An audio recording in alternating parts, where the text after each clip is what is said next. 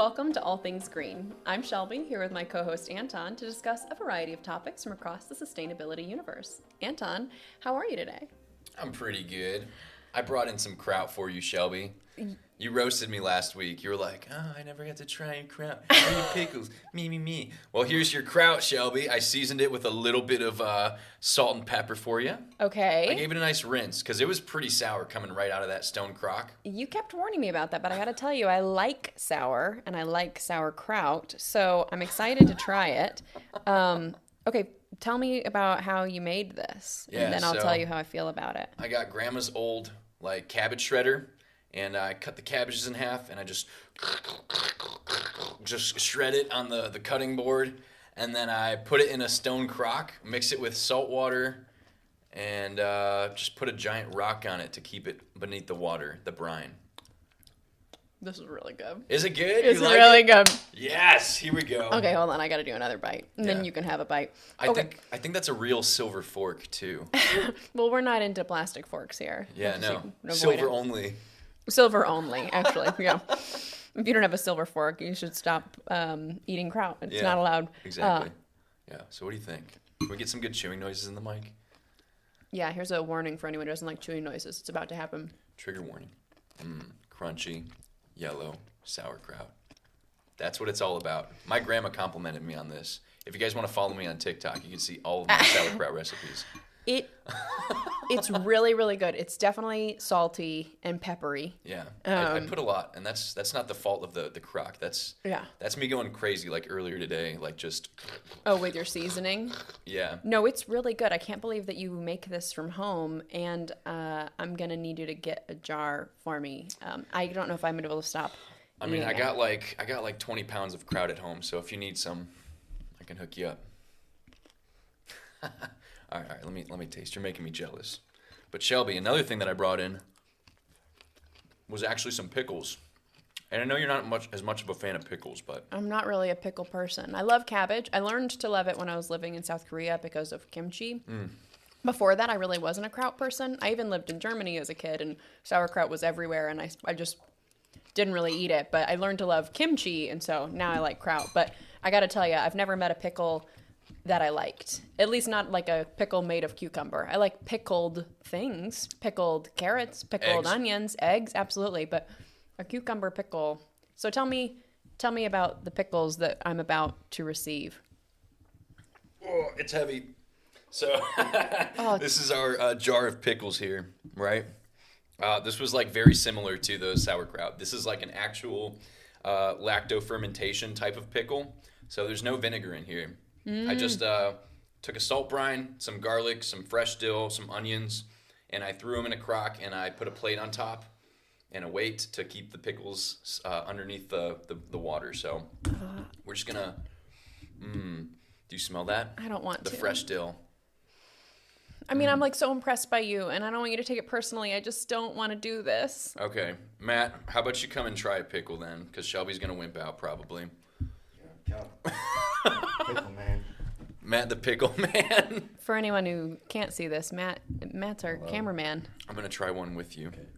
We can cheers the pickles. Cheers the pickles. Cheers, bucko.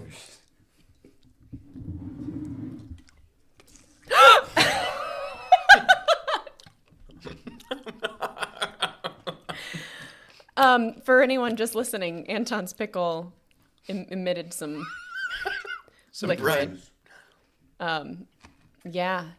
How is it, guys? It's pretty good. Thank you. I was worried about the mold, but... Don't worry. The mold was scooped off the top of the crock. There's mold. Everything below the water was safe, because that's what the lactobacilli does. It actually ferments it and protects it from any mold. So, good to know. You liked it? I love it. You want to take some home with you? Sure. This is the first thing I've eaten today. Pickle. Nothing like pickle for breakfast. All right. I think we should wrap up the pickle segment. Yeah. Move on to Shelby's first Matt. segment. Yeah, while you clean up from our pickle extravaganza, first of all, Anton, thanks so much for bringing that in. It's my pleasure. I love cooking. I love pickles, and I love sauerkraut. I truly enjoyed the kraut, and even just smelling it, I'm really glad I didn't have to eat a pickle. So thanks also to Matt for stepping in for that. Yeah. I think we're ready to start talking about some other green things besides pickles. Today we're going to talk about global environmental issues, and so I wanted to start in India. And I wanted to talk to you about solar panels. And just to start us off, I want to say that our sources today for this episode come from the Washington Post, World Bank, and also Data Commons. Anton, when you think about solar panels, what's your general thought, reaction, etc.? I love solar panels. If you're just harnessing the sun's power, I mean, it's kind of unlimited. Like, until the sun burns out, you're going to get a lot of power. That's true. I don't actually know the process of, like, making solar panels, but I think it's a lot less detrimental to, like, communities where solar panels are made. Like, it's not really a dirty industry. Okay. That's my overall thought. Cool. I don't know enough about the production of solar panels to say yes or no to the idea of whether it's a dirty industry. And I also want to say at the top that I'm also a fan of solar panels. I'm a fan of solar energy in general, in the sense of I'm a fan of cleaner options for energy, whether that's hydropower, solar, wind, etc., where our grid can handle that kind of input. And I also want to talk about how when we make investments in green energy, we can't just think about the here and now. We have to think about the fact that even a solar panel needs maintenance. So in India, there are about 4,000, I'm going to quote, mini solar grids, unquote, that have been installed. And that's primarily in the most remote areas of the country, lower income areas of the country that don't have access to electricity or had a lot less access to electricity. It started in 2014 in a solar village in the state of Bihar. I looked up that pronunciation, so correct me if I'm wrong in the comments. But there were about 3,300 of these solar panels that were funded and owned by the Indian government, and then some of the others were privately funded or with foreign investment. So that started in 2014, this sort of solarization of remote parts of the country, essentially trying to bring electricity access to these areas, which I'm all about. That sounds great. However, more research has come out. As of 2020, over 99% of India's population has electricity access, but as recently as 2015, that was only about 88%. So in a country that has 1.32 billion people, that meant that about 1.58 million of them, as of 2015, didn't have access. So that was kind of the purpose behind bringing some of this solar to those areas. What do you think about the idea of living without electricity as of 2015 or later? Like, how would that affect your life? Gosh, yeah. I mean, I don't know that I would be able to survive without electricity. Like, maybe just off of, like, sauerkraut and stuff. Like, that would mean I wouldn't even have, like, a refrigerator, you know? Yeah. And that's kind of wild, you know, especially in, like, America. You'd have to, like, drive to the store every day to get fresh food or something or the market. Absolutely. It would totally change the way you live. Yeah, 100%. And I mean, we can also caveat that by saying that societies are built around the systems that we have. And so, of course, it's not an A to B comparison here. Yeah. But you can still imagine what it would mean to a community that didn't have access to electricity to then have it. So these were very popular in terms of the implementation, the original implementation of the solar villages and adding solar into some of these remote areas.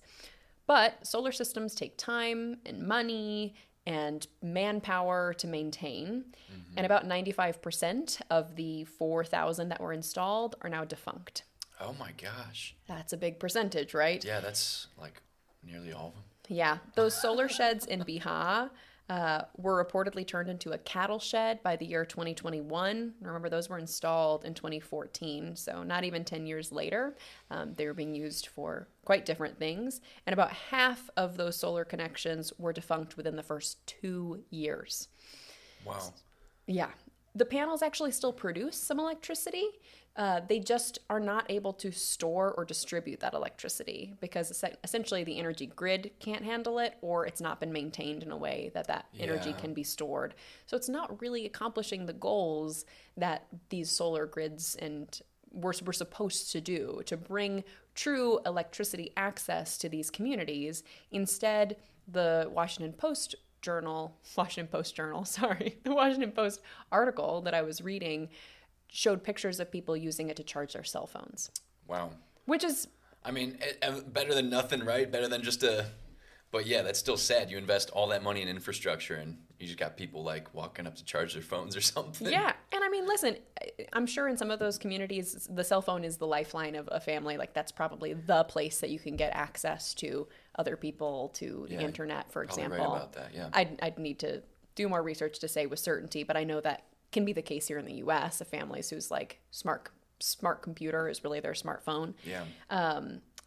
So there is, there's still a little use, but that is certainly not the goal of those solar systems. It's not a win for us to say, sure, communities can charge their phones on these 4,000 solar panels. Yeah, that would not be the goal with hundreds of thousands of dollars of investment. Right? Oh, I'm sure it's even more than that. I'm sure it's more than that. Yeah. But I also want to point out that this isn't just a problem in India. We're not calling out India here. Similar issues have happened in sub-Saharan Africa, including in Nigeria and Uganda. There's a lot of push to use solar as a clean energy that can help electrify areas of the world that did not previously have access in a way that's minimally disruptive, hopefully. Right. And yet there are disruptions. We did an episode where we talked about the fact that we had these like solar deserts that almost looked like a lake sitting out in the desert. Right. So we know it actually can have some impacts if they're not put in thoughtfully, and if they're not being used because they're defunct, they're not serving the purpose of providing energy to people who need it. So really, this is about a lack of planning and a lack of routine maintenance, like changing batteries. Also, there are issues of like things being stolen or just general disrepair of the overall energy grid that actually had nothing to do with the panel itself. So what I want to talk about, or at least what I'm trying to emphasize here, is that while we are super pro green energy, we also need to be pro green energy maintenance and increasing capacity. So when we have conversations about improving our grid and switching over to cleaner sources of energy, we also need to understand that that is more than just a here and now investment. Yeah. It's also an investment that we plan to maintain. But we also know that this is an investment in our future. So hopefully that's something we can all keep in mind when we're thinking about the cost of switching to greener options, is that it'll be something that we need to think about now and something we need to be thinking about 10, 20, 100 years into the future. Yeah, 100%. Like when we manufacture these green energies, we got to make sure that they like actually get like the use that like we need out of it. Like emissions go into making even clean energies, right? Absolutely. So if it just turns into junk after 10 years, then it's almost like, what did we accomplish, right? Exactly. So like we gotta be better planners about that. Yeah, a little life cycle analysis to understand what goes into putting something in, and then knowing that if it's not maintained, it's wasteful in a way that we don't want to be. So I don't know what the solution is to going in and fixing the solar grid that currently exists in these remote areas in India and other countries that have less access to resources than we have right here at home in the U.S. But I wanted to bring it up so that we can think about the both short and long-term investments we need to make in green energy. Yeah, that sounds good, Shelby. On to the next thing. Yeah, absolutely. So I shared with you a little bit of Croatian cuisine, right? We tried the pickles, or the kiseli krastavac. Oh. We tried the... Wait, sorry. Say that one more time. The kiseli krastavac. That just means sour cucumber. I want to learn how to say that. It sounded very nice. Yeah, the Slavic language. It's very beautiful. Mm-hmm. Well, my grandparents hailed from Croatia, and they're constantly watching HRTV, which is just like Croatian news. Is that just like on like are they getting that with their No, little rabbit ears? They have to pay like probably $1,000 a month or something crazy to actually watch HRTV. But like I've been visiting my grandparents pretty frequently and just like watching HRTV with them. And some of the things that we talked about in like our Europe episodes, like our global environment episodes, just like talking about heat waves and stuff. Mm-hmm. I've seen it like in real time, watching like people get interviewed on the street about like some of these heat waves. People are going swimming a lot, but there's also like really bad storms in Croatia too that have like torn down trees, ripped roofs off of houses, like just like some of the worst storms that Croatia has seen in a long time. You've visited Croatia. Have you ever seen any of this up close and personal? I haven't seen the climate change aspect. This is, I think, something that's like really kind of new. Like these heat waves are like just getting really intense. I think even last year their potato crop was like way low. And something really special about Croatia is their lički krumpir. Those really good potatoes. They're like so buttery and starchy, and with a nice paprikash. You can't beat it. It's delicious. Okay. So I guess we know what's going to happen next Friday. I'm going to need you to bring in some potatoes.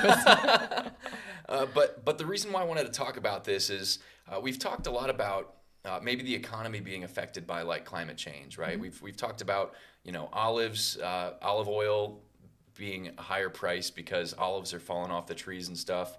We talk a lot about imports and exports, but something that I've seen is just like my grandparents being heartbroken over like the climate change that they see in their motherland. And one particular case is the brandy that is created in Croatia.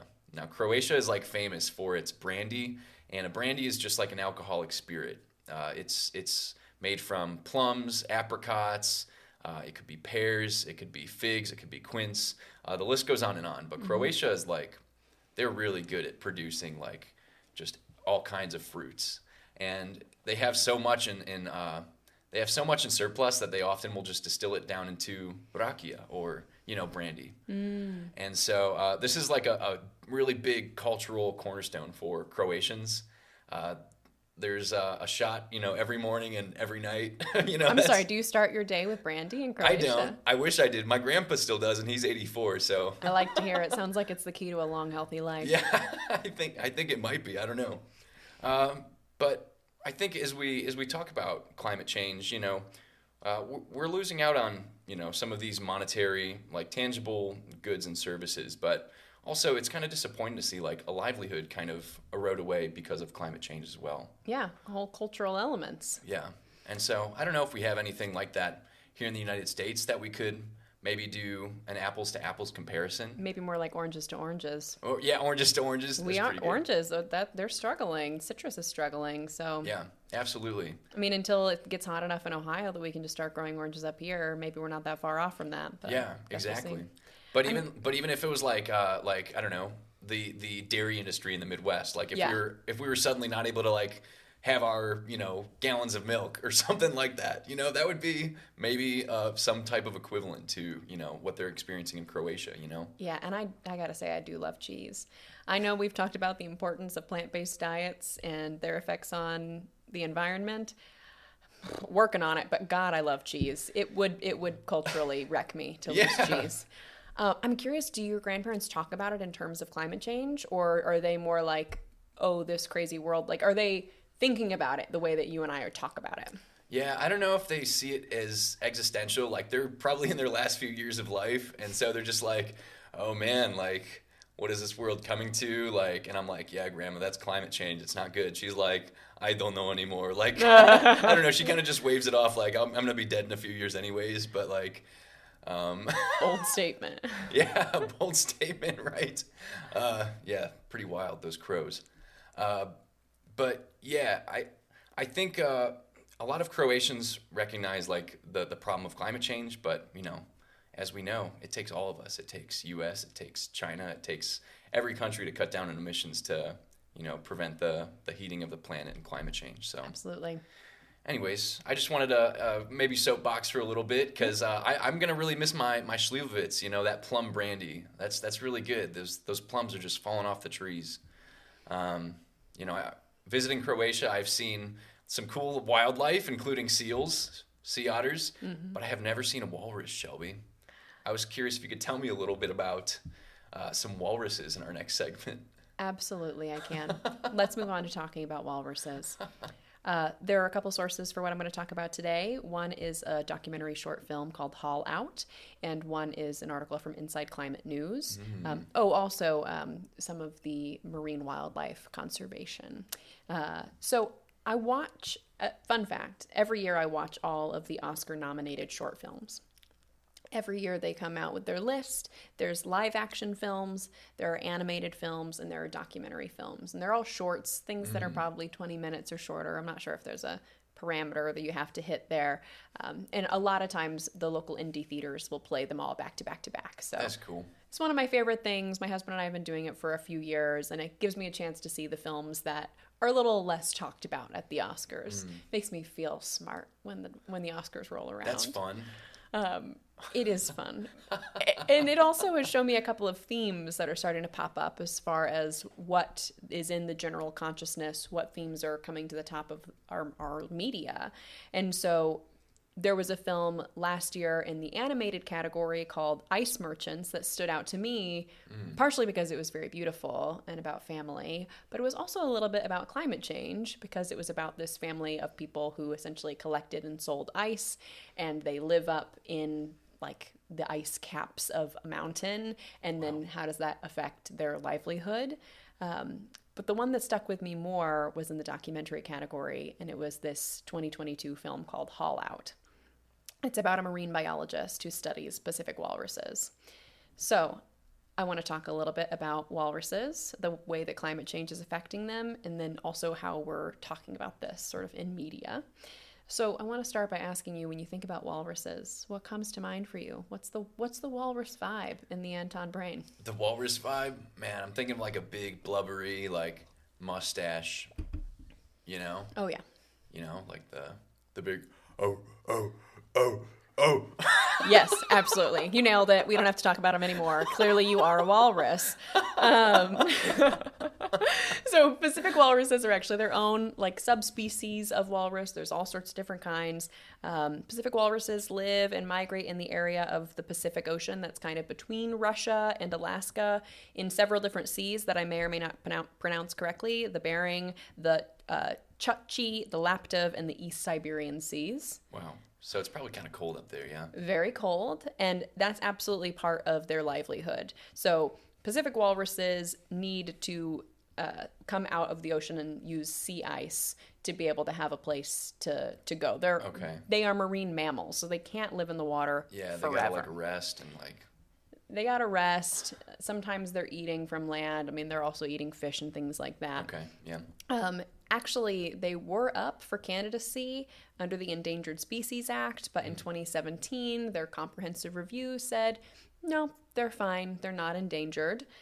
But I'm not sure that was the right call, and we'll talk about why. Okay.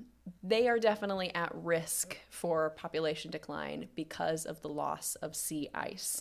So to explain it, I really need to just describe this movie to you. Are you ready? Okay, yes, I would love to hear it. So you open on just a scientist sitting alone at a table in a dark cabin. Is how I would describe it.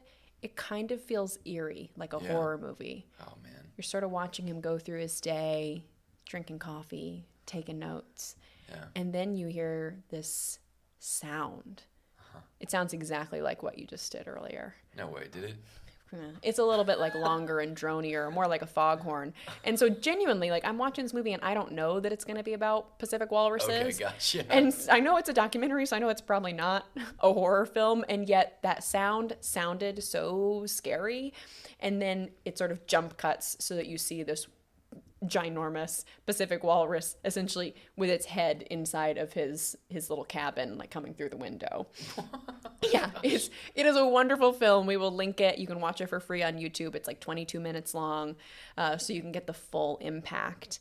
And so you're following this marine biologist who opens up the doors, comes out the ceiling, and he's on this part of the coast where you can just see walruses for miles in every direction. Oh my gosh. And they're on top of each other. They are so squished in together that they're starting to push in to his cabin, and he's having to use like a broom to try to get the walruses out of his space. And when you look out, you can see that they are just on top of each other. Every piece of available land has been taken up. So I want you to imagine, when's the last time you went to like a concert or something kind of crowded like that? Yeah, I went to see Lord of the Rings score at Blossom Okay. recently.